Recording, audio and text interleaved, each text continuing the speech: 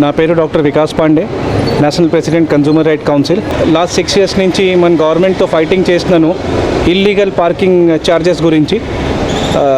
Consumers all over Andhra Pradesh చాలా బాధపడేవాళ్ళు parking కోసం. రకాల పేరు చెప్పేసి సర్వీస్ ఛార్జ్ చెప్పేసి పార్కింగ్ ఛార్జెస్ చెప్పేసి డబ్బు కలెక్ట్ చేయడం జరుగుతుంది అన్ని చోట.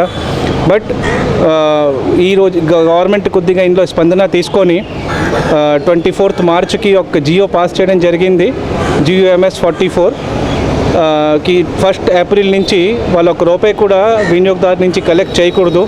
½ an hour వరకు అయితే కంప్లీట్ ఫ్రీ, ½ an hour పైనే ఉంది వెళ్తే బిల్ వాళ్ళ దగ్గర కన్జ్యూమర్ దగ్గర ఉంది అయితే బిల్ చూపించి వాళ్ళు పార్కింగ్ ఫీజు పే చేయ అవసరం లేదు. వినియోగదారు ఏంటంటే ఎన్ని ఇయర్స్ నుంచి వాళ్ళు బాధపడరు. బట్ ఈరోజు అట్లీస్ట్ గవర్నమెంట్ ఈ విషయంలో స్పందన తీసుకొని పార్కింగ్ ఛార్జెస్ కంప్లీట్గా ఫ్రీ చేయడం జరుగుతుంది. మన సర్వే చేయడం జరిగింది. ప్రతి షాపింగ్ మాల్స్లో, మల్టీప్లెక్సెస్లో మా మెంబర్స్ వెళ్ళి సర్వే చేసి కన్సర్న్ గవర్నమెంట్ అథారిటీస్ లైక్ విశాఖపట్నంలో GVMC ఉంది, జాయింట్ కలెక్టర్ గారు ఉండేవాళ్ళు అప్పుడు, అందరికి మన మెమోరాండం ఇవ్వడం జరిగింది. సేమ్ టైంలో సెక్రటరీ టు చీఫ్ మినిస్టర్ కూడా లెటర్ పెట్టడం జరిగింది. బట్ అట్లీస్ట్ వీఆర్ హ్యాపీకి ఫైనలీ 6 years పడింది ఈ పోరాటంకి. But at least final result consumers benefit కోసం వచ్చింది. బిల్డింగ్ కన్స్ట్రక్షన్ చేసే ముందు బిల్డింగ్ సైజ్ పరంగా ఎన్ని SFT ఉంది లేకపోతే స్క్వేర్ యార్డ్ ఉంది దాని పరంగా వాళ్ళు బిల్డింగ్ ప్లానింగ్ అప్రూవల్ కోసం GVMCకి ఇస్తారు.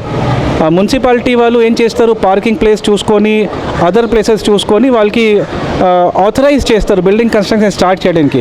సో పార్కింగ్ వాళ్ళ బిల్డింగ్లో ముందు నుంచి ఉంది కాబట్టి వాళ్ళకి బిల్డింగ్ ప్లానింగ్ అప్రూవ్ అయింది.